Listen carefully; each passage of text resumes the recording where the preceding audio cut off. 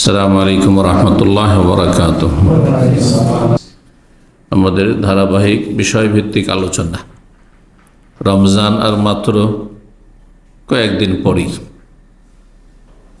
আর সামনে হয়তো একটি বৃহস্পতিবার আমরা আলোচনা করার সুযোগ পাবো। তারপরেই রমজান ইনশাআল্লাহ তাআলা আমাদের সামনে আসবে।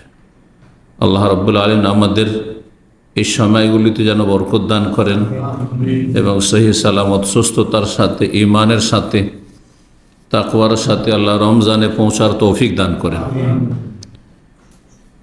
মোবারক রমজানে পৌঁছার আগে আমরা বিভিন্ন পাপের কারণে, অন্যায়ের কারণে, সীমা লঙ্ঘনের কারণে যে আমরা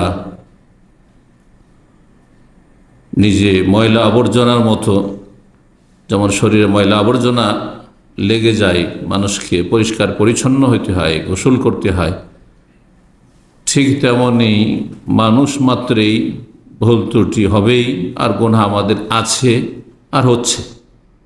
কারো বড় গুনাহ হচ্ছে, আবার কারো বড় কাবিরা গুনাহ না থাকলেও সাগিরা গুনাহ তো অবশ্যই আছে।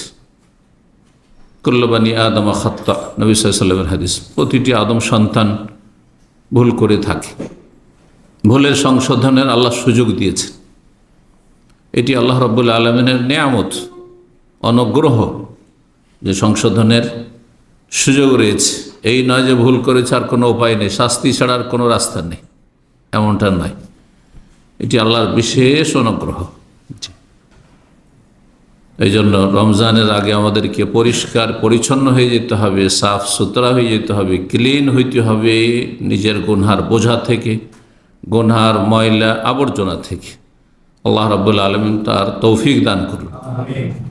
এই জন্য আজকে আলোচনার বিষয়বস্তু হচ্ছে তওবা এবং ইস্তিগফার। মানুষ নিজের পাপাচার থেকে, গুনহা থেকে পরিষ্কার পরিচ্ছন্ন হতে পারে তওবার মাধ্যমে। তার মানে ফিরে আসা, আল্লাহর দিকে ফিরে আসা, আল্লাহর দিনের দিকে ফিরে আসা, আখিরাতমুখী হওয়া, জান্নাতের দিকে ফিরে আসা, জাহান্নাম থেকে, আল্লাহর আযাব থেকে, আল্লাহর অসন্তুষ্টির কথা কাজ থেকে মুখ ফিরিয়ে নেওয়া। তাওবা ইয়াতুবু মানেই ফিরে আসা। বান্দা যখন আল্লাহর দিকে ফিরে আসে, আল্লাহর দিনের দিকে ফিরে আসে, আখিরাতের দিকে ফিরে আসে, তখন আল্লাহ তার রহমত নিয়ে বান্দার দিকে ফিরে আসেন। এই জন্য আল্লাহ রাব্বুল আলামিনের একটি নামও হচ্ছে তাওয়াব।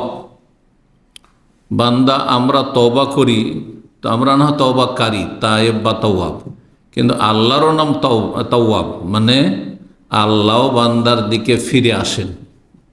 যখন বান্দা আল্লাহর দিকে ফিরে যায়, তখন আল্লাহ তার দিকে রহমত নিয়ে, মাগফিরাত, ক্ষমা নিয়ে আল্লাহ রাব্বুল আলামিন ফিরে আসেন। জি, আমরা এই তওবা এবং ইস্তিগফার, তার সাথে দুটো বিষয়। তওবার অর্থ বললাম ফিরে আসা, খুব সহজ ভাষায়। আর কীভাবে ফিরে আসা, কি থেকে ফিরে আসা, কোন দিকে ফিরে আসা, আশা করি বুঝতে পেরেছি। ইস্তিগফার মানে ক্ষমা চাওয়া, ক্ষমা প্রার্থনা করা। অতীতে যে ভুল হয়ে গেছে সেগুলি থেকে ফিরে আসার নাম তওবা। গুনাহমুখী ছিলেন, এখন নেকিমুখী হবেন আপনি, এটির নাম তওবা। আর অতীতে যে ভুল ভ্রান্তি হয়েছে, অপরাধ হয়েছে, গুনাহ হয়েছে, সেই জন্য আপনি আল্লাহর কাছে ক্ষমা চাইবেন এসব অপরাধের জন্য, এর নাম হচ্ছে ইস্তিগফার। মানুষ যখন রবের কাছে ইস্তিগফার করে, মানে ক্ষমা চায়, তখন আল্লাহ মাগফিরাত করে থাকেন, ক্ষমা করে থাকেন। এই জন্য রব্বুল আলমিনের নাম হচ্ছে গফুর। রব্বুল আলমিনের আরেকটি নাম হচ্ছে গফফার। ইস্তাগফিরু রাব্বাকুম ইন্নাহু কানা গফফারা, আস্তাগফিরুল্লাহ ইন্নাল্লাহা গফুরুর রহিম। কোরআনে কারীমে অনেক আয়াতে এই দুটি গুণবাচক নাম রব্বুল আলমিনের রয়েছে। আল্লাহ হচ্ছেন বড় ক্ষমাশীল, গফুর। জি, মার্জনাকারী তিনি। আল্লাহ রাব্বুল আমাদের বড় ছোট, প্রকাশ্য, গোপনীয় সমস্ত গুনাহ খাতা যেন মাফ করে দেন। এই তওবা ইস্তিগফার নিয়ে আলোচনা করব, তার উপকারিতা নিয়ে আলোচনা করব। প্রথম যে বিষয়টি বলছিলাম সেটি হচ্ছে প্রতিটি মানুষের গুনাহ হয়ে থাকে, ভুল হয়ে থাকে। গুনাহ সংশোধনে আল্লাহ যে সুযোগ দিয়েছেন, এটি আল্লাহর বড় অনুগ্রহ।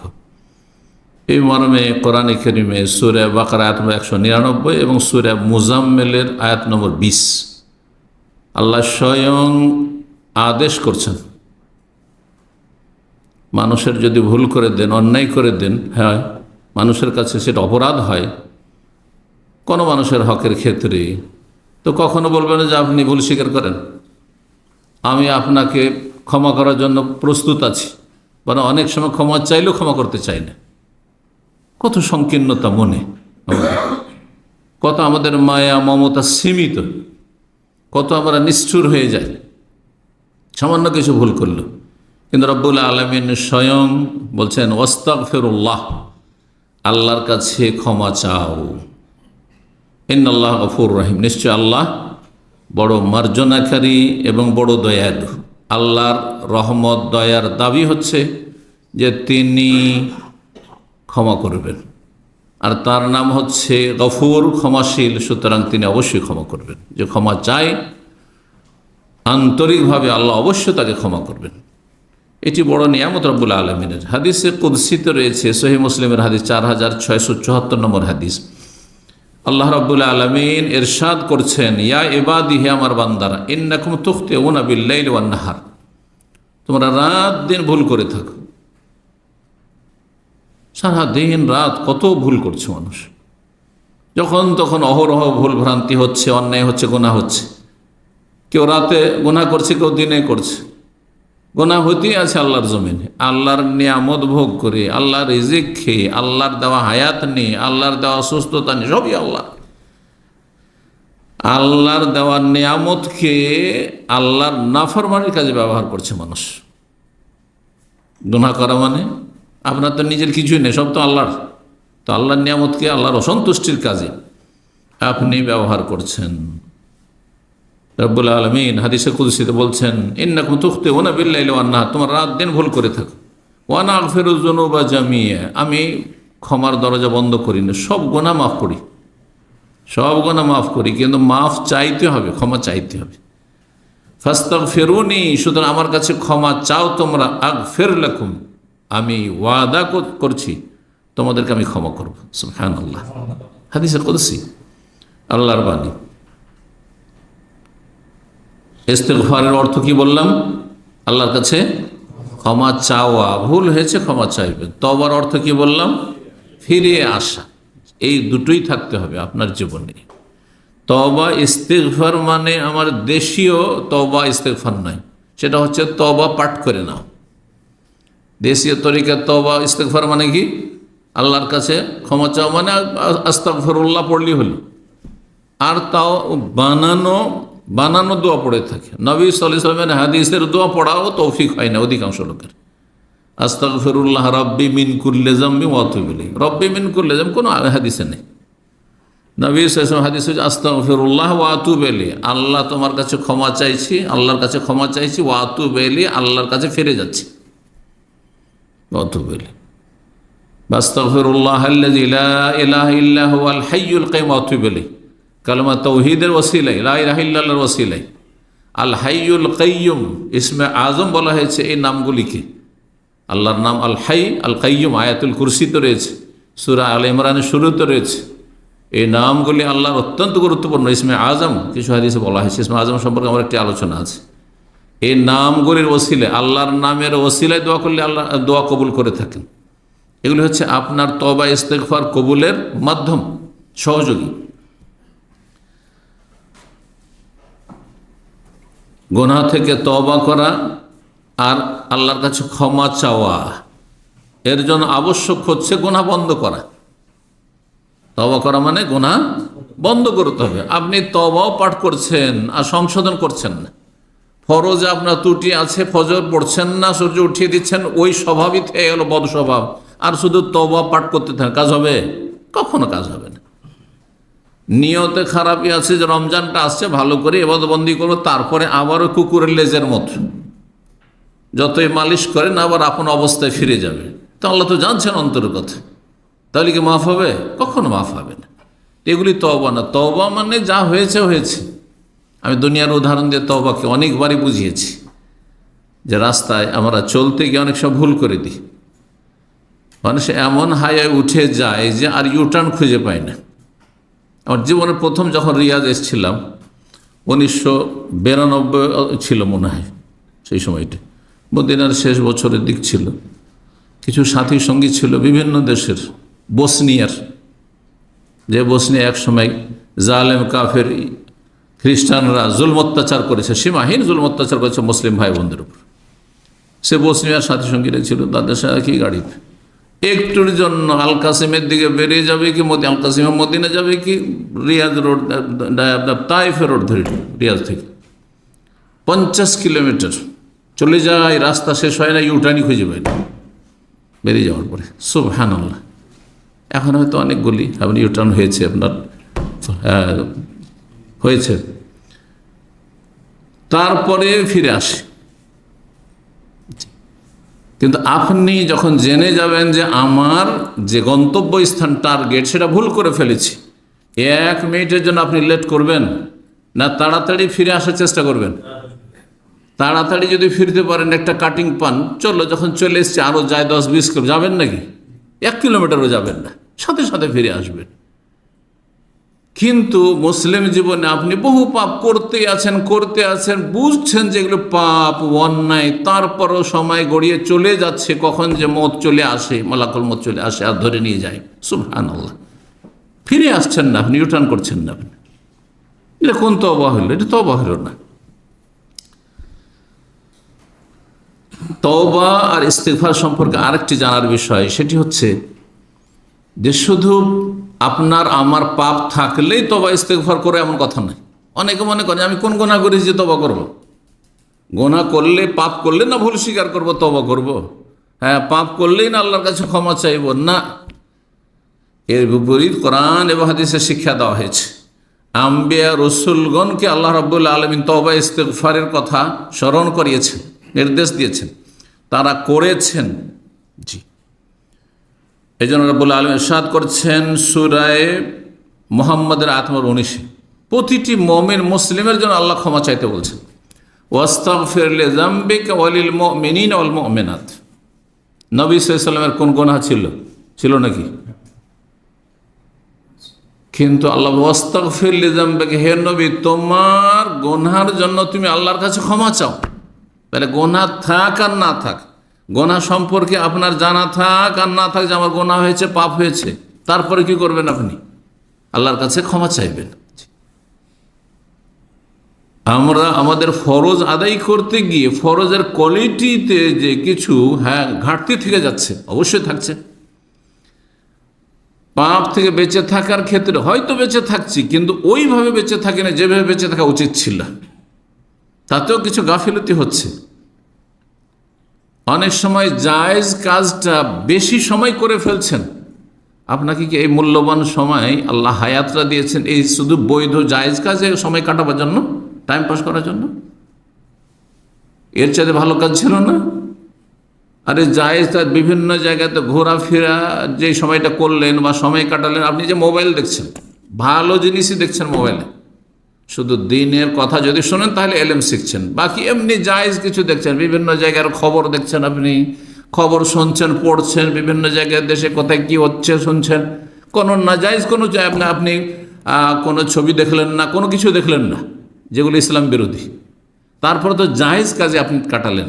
এই জায়েজ কাজ আপনি দীর্ঘ সময় করবেন, এইটা আল্লাহ কি পছন্দ করেন? নাকি আল্লাহ পছন্দ করেন যে এই মূল্যবান আপনার এই হায়াতের মুহূর্তগুলি জিকির আজকারে কাটুক, কোরআন তেলাওয়াতে কাটুক, তাসবিহ তাহলিলে কাটুক, মানুষের উপকার করাই কাটুক, মানুষকে সময় দেন আপনি, ইত্যাদি ইত্যাদি, মানুষকে দেন শেখান আপনি। আল্লাহ যেন বোঝার তৌফিক দান করে বিষয়গুলো। কারণ অনেকে মনে করেছে আমি তো কোনো নাজায়েজ কাজ করছি না, ফেসবুক থেকে ভালোই তো দেখি, বিভিন্ন জায়গার খোঁজ খবর, দেশে কি হচ্ছে প্রতিদিন সকালে উঠেই দেখি। হ্যাঁ, এই কাজের জন্য সকালে উঠে আপনার জিকির আজকার ছিল না, কোরআন তেলাওয়াত ছিল না? হ্যাঁ, সারাদিন চলে গেল, কয়টি আয়াত পাঠ করেছেন আপনি? কয়টি আয়াতের তরজমা তাফসীর শিখেছেন আপনি? যদি রব জিজ্ঞেস করে, অবশ্যই জিজ্ঞেস করবেন। এই নিয়ামতগুলি কি জায়েজ কাজে, বৈধ কাজে কাটাবার জন্য? অনেকে টাকা পয়সা বেশি আছে বৈধ কাজে, আপনি রেস্টুরেন্টে খাচ্ছেন।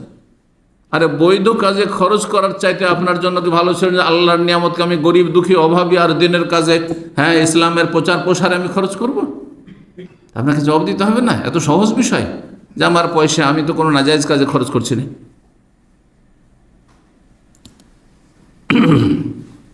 আস্তাগফির লিযামবিক, আল্লাহ বলছেন হে নবী তোমার ভুল ভ্রান্তির ক্ষেত্রে তুমি ক্ষমা চাও, অথচ আল্লাহ রাব্বুল আলামিন তাকে অগ্রিম আগেই ঘোষণা করেছেন লিয়াগফির লাকা আল্লাহু মা তাকাদ্দামা মিন যামবিকা ওয়া মা তাআখার, আগের পরে তোমার সব কিছু ক্ষমা, অগ্রিম ক্ষমার ঘোষণা। তারপর নবী সাল্লাল্লাহু আলাইহি সাল্লাম ভুল থেকে মুক্ত, তারপরে আল্লাহ বলছেন ক্ষমা চাও। তাহলে যতই ভালো মানুষ হন না কেন, কোথায় নবী রসুল সাহাবায়ে কেরাম না, কোনো ওই রকমের ইমামও না, বড় কোনো ইসলামের বড় খাদেমও না, সাধারণ আমরা মুসলিম, আমাদের কতটা তবে ইস্তেগফার করা উচিত। তারপরে যে কোনো মোমেন মোমেনাতের জন্য তবে, নিজের জন্য শুধু না, নাফসি নাফসি করবেন না যে আমি নিজে জান্নাতে গেলি হইল। আপনার মোমিন মুসলিম ভাই বোনেরও যাতে করে জান্নাতে যায়, জাহান্নাম থেকে বাঁচতে পারে। ওয়ালিল মুমিন ওয়াল মুমিনাত, তাদের জন্য আল্লাহর কাছে ক্ষমা প্রার্থনা করো। দাউদ আলাইহিস সালাম সম্পর্কে কোরআনে কারীম সূরা সাদের আয়াত 24 রয়েছে। দাউদ আলাইহিস সালাম তার জীবনে কোন এক ভাবলেন যে আমি তো ফিতনায় লিপ্ত হয়ে গেলাম, গুনাহ করেছিলেন। এই মর্মে ইহুদি নাসারাদের পুস্তকে গাঁজাখড়ি রয়েছে, আম্বিয়া রসুলগণের সাথে বেয়াদবি রয়েছে তাদের সামনে, ওইসব কিচ্ছা বাতিল কিচ্ছা। দাউদ আলাইহিস সালাম কি করলেন? ফাস্তাগফারা রব্বাহু, রবের কাছে ক্ষমা চাইলেন। নবী রসুল দাউদ আলাইহিস সালামকে আল্লাহ কিতাব দিয়েছেন, তিনি রসুল, জবুর দিয়েছেন, ওয়া আতাইনা দাউদা জাবুরা। ক্ষমা চাইলেন, ওয়াখাররা রাকিওয়ানাম, রুকুতে ঝুঁকে গেলেন এবং আল্লাহ অভিমুখী আল্লাহর দিকে ঝাঁপিয়ে পড়লেন। ইউনূস আলাইহিস সালাম এমন কোন গুনাহ ছিল বলেন তো দেখি, যে বিনা হুকুমে তিনি গ্রাম থেকে বেরিয়ে অসন্তুষ্ট হয়ে দীর্ঘদিন ইসলামের দাওয়াত দিয়েছেন এই কাফেরগুলোকে, কেউ ইসলাম কবুল করলো না, নিরাশ হয়ে গেলেন। আপনি আমি একটা বেনামাজিকে একবার ছাড়া দুইবারই হয়তো বলতে যাব না, একবারও বলার হিম্মত হয় না, সাহস হয় না যে চলেন নামাজে যায়, আর দুই তিনবার তো বলতে যাবেন না। বলেছি ভাই, একবার বললে বলে 50 বার বলেছি, এ হচ্ছে অবস্থা। বলছেন না, বিভিন্ন অপরাধ দেখছেন, কত মেহনত পরিশ্রম করেছেন, যখন হেদায়েত হয়নি অসন্তুষ্ট হয়ে তাদের চলে গেছেন, তোমাদের উপর আল্লাহর আযাব আসবে, চললাম। এমন কোনো ভুল না বাহ্যিক, কিন্তু বড়দের সামান্য কিছু ব্যতিক্রম, সেটা আল্লাহর কাছে ছোট ভুল ও বড় ভুল হইতে পারে। এই জন্য ইউনূস আলাইহিস সালাম মাছের পেটে চলে গেলেন, দোয়া করলেন, লা ইলাহা ইল্লা আনতা সুবহানাকা ইন্নী কুনতু মিনাজ জালিমিন। আল্লাহ আমি জালেম হয়ে গেলাম, আপনি আমি কখনো ভাবিও না যে আমি জালেম। কত যে জুলুম, অত্যাচার, গুনহার জুলুম। জুলুম কত প্রকার? কত প্রকার? 3 প্রকার। বড় জুলুম হচ্ছে শিরকের জুলুম, কুফরির জুলুম, নাস্তিকতার জুলুম, মাজার পূজার জুলুম, মূর্তি পূজার জুলুম, কথা বোঝা গেছে? আর দ্বিতীয় জুলুম হচ্ছে জুলমুল ইবাদ, অন্যের উপর জুলুম, আল্লাহর বান্দা অন্যের উপর জুলুম, অত্যাচার, অন্যের হক নষ্ট করা। তৃতীয় জুলুম হচ্ছে জুলম নফস, নিজের উপর জুলুম করা। আদম আলাইহিস সালাম কার ক্ষতি করেছিলেন? কারো জমি জায়গার ফসল খেয়েছিলেন, ফল খেয়েছিলেন? আল্লাহর রব শুধু নিষেধ করেছে এই গাছের খাবে না, তিনি ভুলে গেছিলেন। আর ওই ইবলিস শয়তানের প্ররোচনায় জানেন না যে ইবলিস শয়তান খুব হিতাকাঙ্ক্ষী ভেবেছেন, আর তারপরে খেয়ে ফেলেছেন। কি দোয়া করেছিলেন তওবার জন্য? রব্বানা যালামনা আনফুসানা, আল্লাহ আমরা জুলম করেছি, আমি আমার স্ত্রী হাওয়া জুলম করেছি নিজের উপর জুলম। তার যে কোনো গুনাহ করেন না কেন আপনি আপনার উপর জুলম করছেন, আপনি আপনার ক্ষতি করছেন, এটা সবসময় মনে রাখতে হবে। যখন এই কথাটি সবসময় স্মরণ থাকবে যে একটি গুনাহ করা মানে কারো ক্ষতি করে, আমার ক্ষতি করলাম। আর নিজের ক্ষতি জ্ঞানী মানুষ কখনো করতে চাইবে, একটা পয়সার ক্ষতি চাইবেন না আপনি। একটা পয়সা পকেট থেকে একটা রিয়াল পড়ে যা কেউ চাইবেন? কখনো চাইবেন না। একটা পয়সা লস হোক ব্যবসা বাণিজ্যে, একটু হোঁচট খান, কেউ চাইবেন দুনিয়াতে? কেউ চান না দুনিয়াতে ক্ষতি, কোনো ক্ষেত্রে ক্ষতি চান না।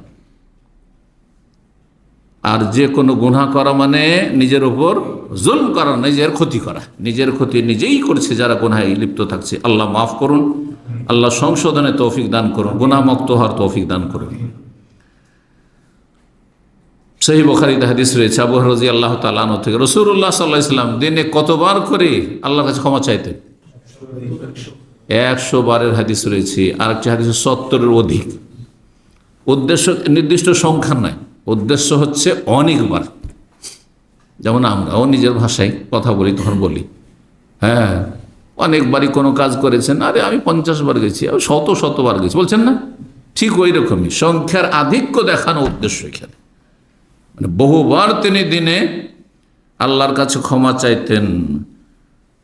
আবু হুরায়রা বলছেন, সামিআতু রাসূলুল্লাহ সাল্লাল্লাহু আলাইহি ইয়াকুল, আমি রাসূলুল্লাহ সাল্লাল্লাহু আলাইহি সাল্লামকে বলতে শুনেছি, ওয়াল্লাহি, আল্লাহর কসম করে বলছি, ইন্নী লা আস্তাগফিরুল্লাহ ওয়া আতুবু ইলাইহি, আমি আল্লাহর কাছে ক্ষমা চাই এবং তওবা করি, ফিল ইয়াউমি আকসার মিন 70 মাররা, দিনে 70 বারের অধিক।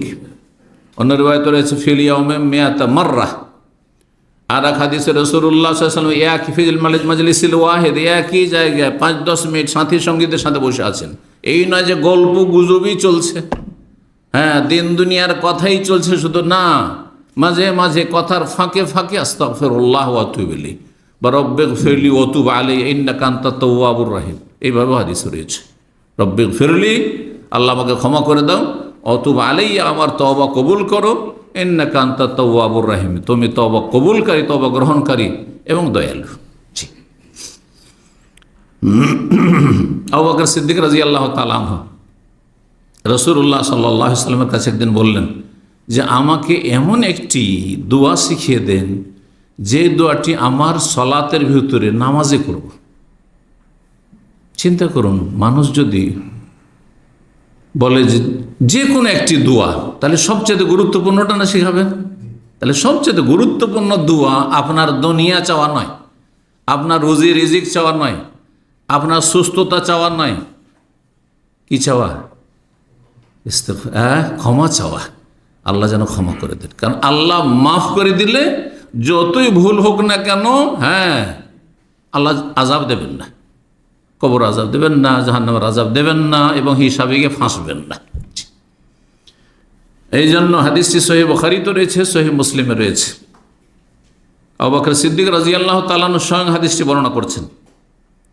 আন্নাহু ক্বালা রাসূলুল্লাহ সাল্লাল্লাহু আলাইহি ওয়াসাল্লাম, তিনি একবার রাসূলুল্লাহ বললেন, আল্লিমনি দুআন আদউ বিহি ফি সলাতি, আমাকে একটি দোয়া শিখিয়ে দেন যে দোয়াটি আমি যখন সলাত আদায় করব, ফরজ নফল যে কোনো সলাত, তাতে যেন সেই দোয়াটি বিশেষভাবে আমি করতে পারি। আলা কুল, নবী সাল্লাল্লাহু বললেন, বলো এই দোয়া, আল্লাহুম্মা ইন্নী যালামতু নাফসি যুলমান কাসীরা ওয়া লা ইয়াগফিরু যুনুবা ইল্লা আনত ফাগফিরলি মাগফিরাতাম মিন ইনদিকা ওয়ারহামনি ইন্নাকা আনতাল গফুরুর রহিম। যেটিকে আমাদের দেশের বাংলা ভাষীরা অধিকাংশই শুধু এইটিকে দোয়ায়ে মাসুরা বলে, এইটা আবার ভুল।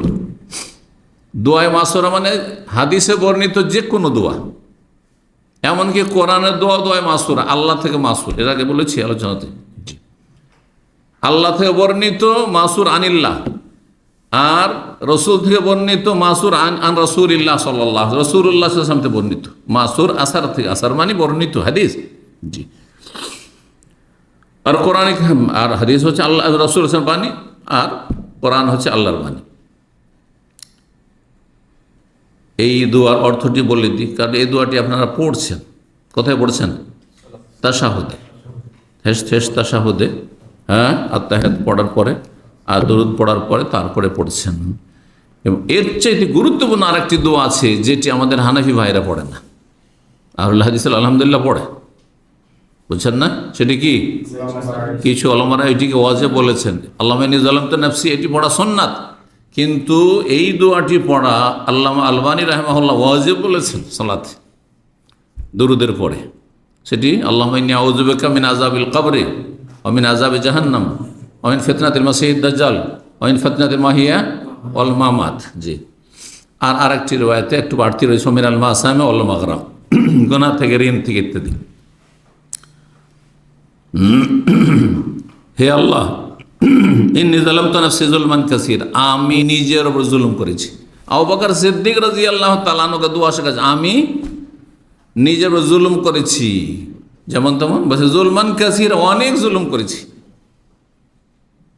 আপনাকে যদি আল্লাহ বলে যে এই চোখের হক আদায় করা, তোমাকে যে সুস্থ রেখেছি এর হক আদায় করা, একটি চোখ কত দামে বিক্রি করবেন আপনি?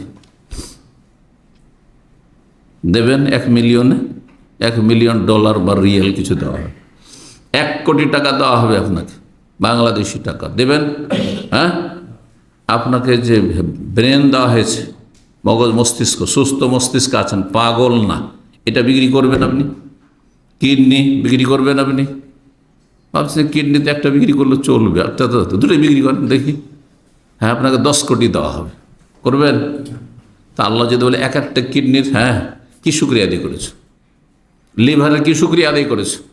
অনেকে লিভার ফেল হয়ে দুনিয়া থেকে চলে যাচ্ছে, ফ্যাটি লিভারে দুনিয়া থেকে চলে যাচ্ছে। হার্টের কি শুকরিয়া আদায় করবেন যে আপনার হার্ট সুস্থ? ভাবে আইয়া আলাই রব্বে, ভাবে আইয়ে আলাই রব্বে কুমা তো কাজেবান, কোন নিয়ামত তার তুমি অকৃতজ্ঞ হবে, অস্বীকার করবে। তুমি আল্লাহ নিয়ামতের শুকরিয়া আদায় করে শেষ করতে পারবেন না। জি, সুতরাং মানুষ যে আল্লাহর যথাযথ হক আদায় করতে পারছে না, এটি তার কি হচ্ছে? অন্যায় হচ্ছে। জুলমান কাজী ওলাইয়াক ফেরোজন বা ইল্লাম, আল্লাহ তুমি ছাড়া আর কেউ ক্ষমা, আর কোন শক্তি আছে? গস কুতুব আছে, জিলানি চিস্তি হাত ধরে নিয়ে চলে যাবে জান্নাতে নাকি? ওয়ালাইয়াক ফেরোজন বা ইল্লাম, তুমি ছাড়া নবী রসুল কেউ মাফ করতে পারে না, কারো অধিকার নেই, এটি একমাত্র আল্লাহর হক। কেউ যদি মনে করে যে নবী রসুল নিয়ে চলে যাবেন, হ্যাঁ, নিজের ক্ষমতায়, তাহলে এটি শিরকি কথা। সুপারিশ মানে গায়ের জোর নাই, সুপারিশ মানে আল্লাহর কাছে আখেরাতে দোয়া করা। দোয়া কবুল হতেও পারে আপনার ক্ষেত্রে, আমার ক্ষেত্রে, আবার নাও হইতে পারে। সুপারিশ কবুল হতেও পারে, আবার নাও হইতে পারে। দুনিয়ার যেমন সুপারিশ হয়ে থাকে, আপনি এসে একজন দায়িত্বশীলের কাছে কারো জন্য সুপারিশ করলেন যে এই ছেলেটা যোগ্য, একে একটা চাকরি দেন, এটা গ্রহণযোগ্য হতে পারে, চাকরি ছেলেটি পেতেও পারে, নাও পেতে পারে। দুনিয়ার উদাহরণ দিয়ে ভালো করে বুঝে। সুপারিশ আমাদের দেশের মানুষ অধিকাংশই বুঝে না।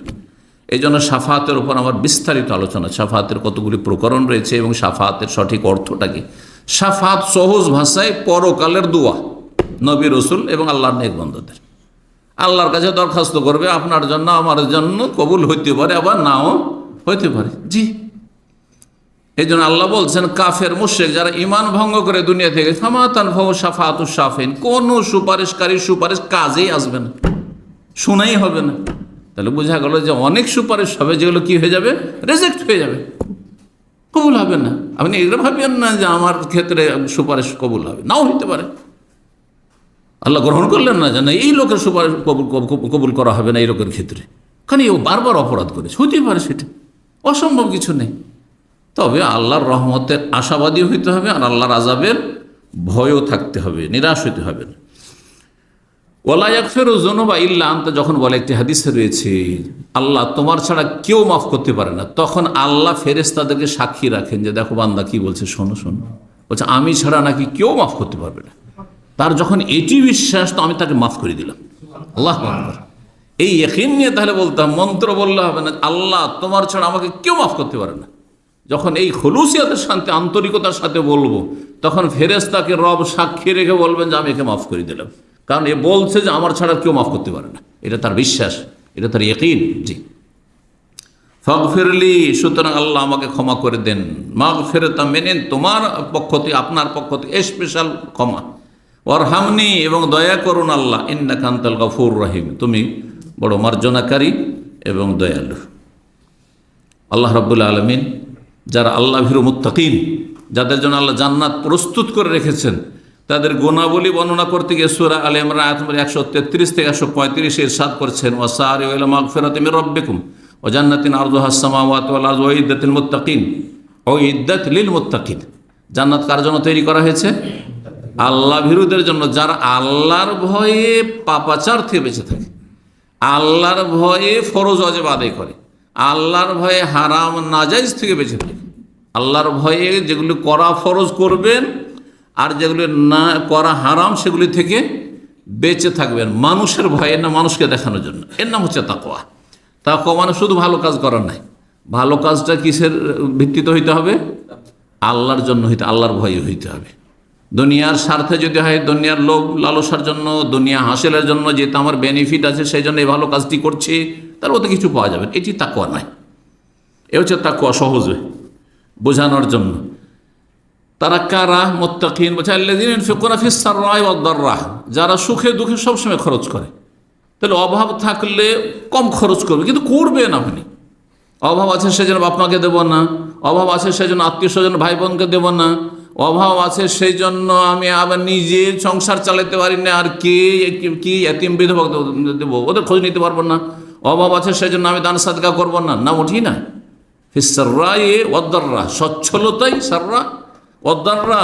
আর আপনি অভাবে যদি অনাটনে থাকেন তবু আপনি খরচ করবেন। ওয়াল কাযিমিনাল গায়জ, রাগ আসলে সংবরণ করবেন, রাগকে নিজে সামলাবেন আপনি। এই নয় যে আপনি রাগ হইলে আপনি নিজেকে একবারে ব্যালেন্সলেস করে দেবেন।